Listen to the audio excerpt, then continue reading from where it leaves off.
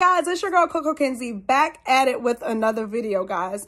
If you are not subscribed to the channel, make sure you take a couple of seconds to make sure you join the family so you can be a part of this conversation and many more. And if you're already a part of the family, guys, I appreciate the support and love you guys. So let's get into it, guys.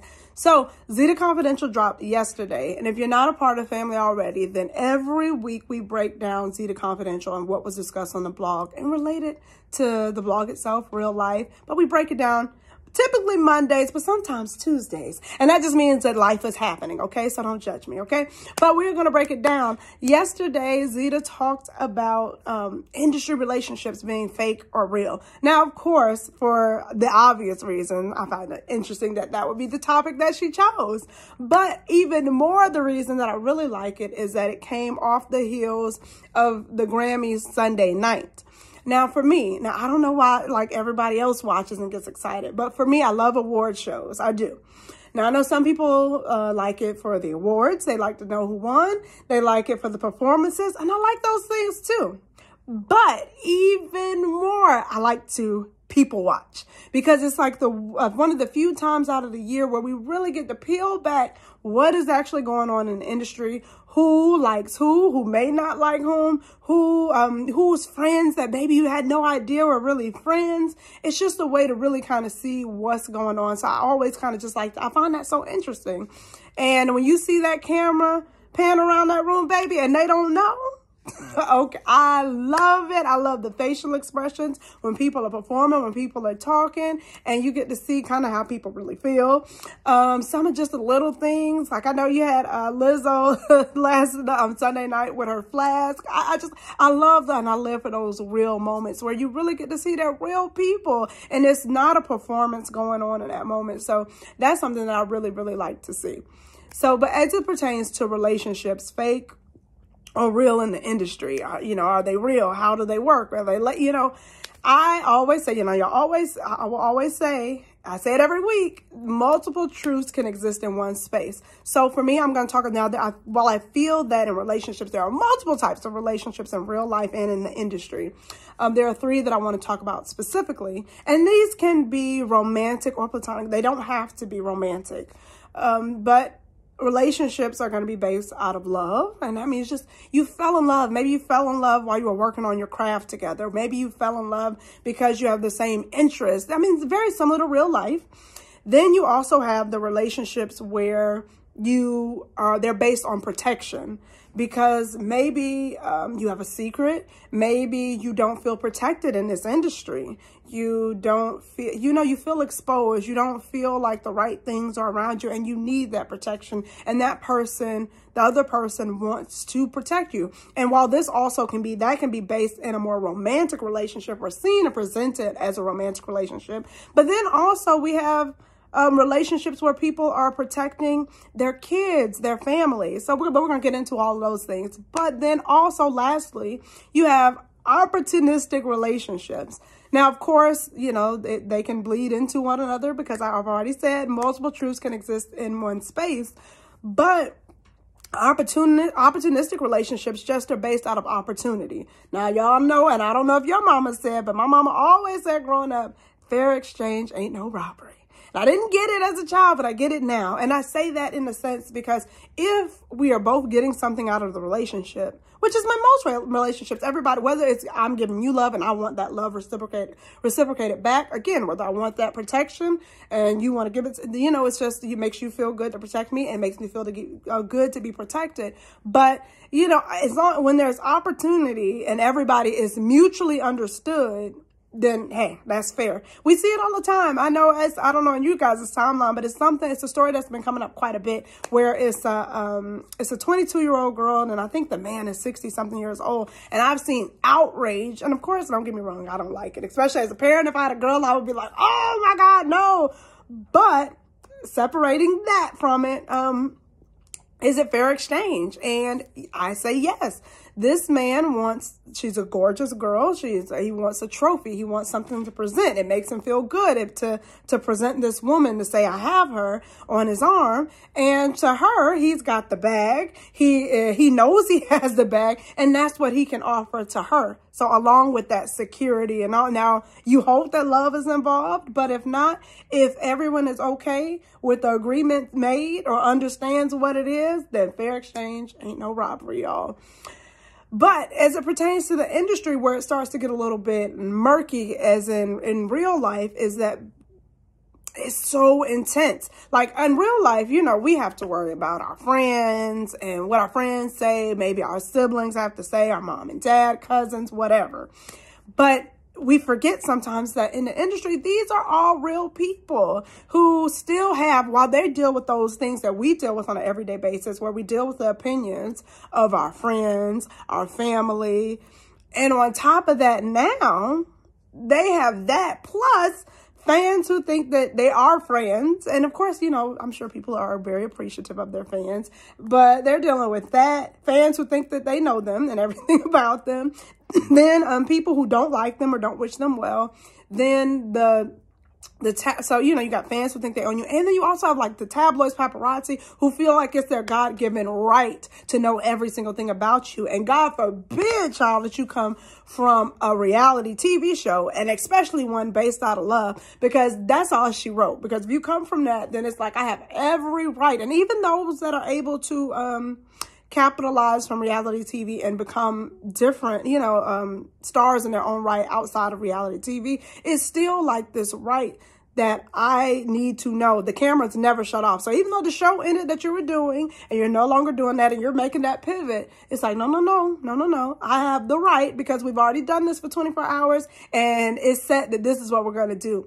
And trying to set up those healthy boundaries, even just beyond just in any type of entertainment that someone's in, trying to find that healthy boundary of how much to share and what to keep sacred, healthy boundaries. I mean, we experience it again in everyday, in real life, where, okay, well, do I share my kids this much? Are people going to be sick of my kids? Or do I share my husband? Do I want people to know this about my relationship? Or my friends, I'm mad at my friend, I can't stand her right now. But do I want people to know, like, is it a safe space? Or, you know, like something that she discussed in the blog, well, is it good for business for me to be friends? Because I know how this person is, but does everybody know? Because there are a lot of people in the industry who people think are phenomenal human beings, who might not be so great. Then there are some who don't present as well, or who some information has come out about. And again, a small snippet of information, but it will be judged about that person and they will be deemed like one of the worst. But in all actuality,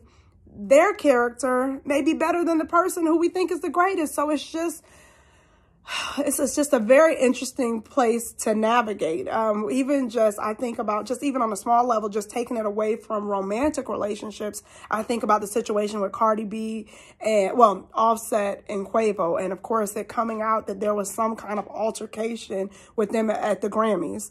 And again, first of all, I feel as though it's very sensitive when you are dealing with a death in the family, and it's not people's business, because it can be intense. The families, y'all know, sometimes when emotions are running high, if anybody's been on the outs or whatever, there's a lot of emotion. And of course, as the public, we want to know what's going on. And in some ways, we feel like it's our right, because we feel like, and especially because we are living in a time where there is social media and they share so much with us, then it's feel like we need to know everything. But that is something that I felt was a little bit out of pocket. Now, but what I absolutely love what Cardi B said, whether you're a Cardi B fan or not in this moment. So, because if you see it on TMZ, it showed where you could hear where there was an audio where she was obviously trying to break it up. And so obviously, you know, although Offset said that nothing happened, which I'm not mad at him, Quavo and Offset both said that nothing happened because it's none of your business. But I love what Cardi said. She was asked point blank period, you know, was there something that you were settling back behind there? And I love her response was, the only thing I was settling was my outfit. And I love it because it's just that I'm going to protect my family. This don't have nothing to do with you. And yes, I will lie to protect whatever I need to do. Because if this has nothing to do with you, and you will not exploit this moment when I know, because only she knows, she's with her husband. She knows what she shared, a snippet of what he's been dealing with the death of his family. And she's seeing it in real time. So it's not worth it to give you this story to make you feel good, or so you can run back to the press because you think that you have something on us, because it's bigger than this moment. And I love that she was able to see that. We see it with Beyonce. Again, whether you're a Beyonce fan or not. And I don't know, you know, none of us, well, I don't know the ins and outs, but I know that her two other children, she doesn't show as much. And there's been a lot of speculation on why that is. But I certainly think that one reason that I would assume, because I feel like I may have done it, is that when she shared Blue Ivy, we watched people tear apart. I don't even care if you like Beyonce, can't stand her guts, but we watched people tear down a child and pick her apart for years, of her hair, how she looks, she's this, she's that. And so when you notice you don't see these two other kids, because she had to make a decision as a parent, like, I'm going to protect my family. And if y'all, you know, if you upset, then so be it. I'm not sharing. And I feel like as celebrities, you know, they have to choose, how much am I willing to share? Am I willing to share my relationship? Am I willing to share my friendships? And even if it comes at an expense where people feel like, oh, she's fake, or, oh, I don't want to deal with her. She, you know, she doesn't let us know who she is. And when the truth is, now, again, I do understand when it comes to reality TV as it pertains to that, it can get murky. But even in that, as reality TV stars, as singers, basketball players, whatever line of entertainment you're in, when the show is over, you know, should it end there? What should it end there? What more do they owe you? When the reality TV show ends, okay, I know we all may want and crave more, but are you deserving of that? Because it's over, it's ended. So anything else extra you get is just, you know, that's just icing on the cake. That's just like, I'm throwing you a bone. When we see singers go off stage, and when they drop the album, they do the music video, they do the tour, is that all they owe us? Again, and I realize, you know, we talk about basketball players. Okay, they play the game, this and that. Does it end there? Because the flip side to that is we do drive a lot of their revenue from their products.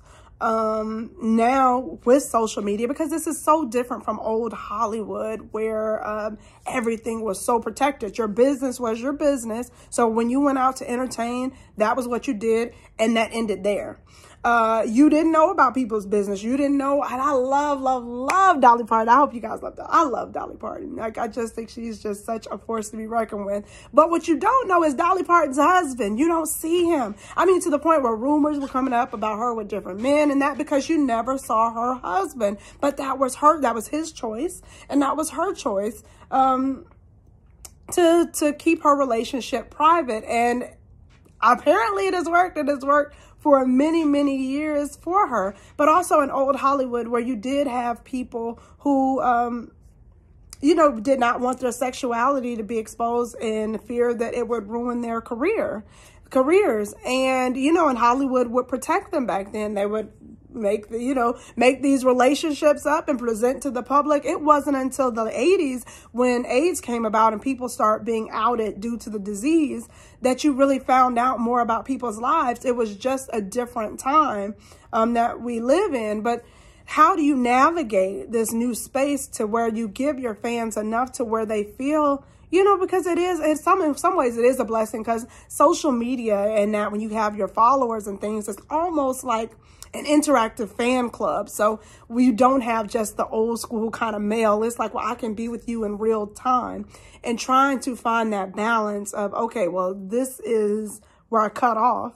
But ultimately it's going to be up to each individual to make that choice, and sometimes understanding that it may come with a loss. A prime example of that to me is Queen Latifah. She has been able to navigate in a world and space so beautifully where if she is, whatever she is, she's gay or not, she is not discussing it with you. Now, obviously, we could say, well, you know, we've seen her partner that. And even as much as you've seen the child, you've seen all these things, but you have never got a definite something out of her mouth. And she still has been able to be so successful without sharing the very thing that so many have a question about, because she made it her business and her choice. She made the choice that this is not something that I'm sharing. I'm not going to share it. And when she does, if she does choose to, it's going to be all on her own terms. You will not force her into anything. And I absolutely love that. But then you also have people, whether it be Ellen or, you know, I mean, there's so many, Lil Nas X,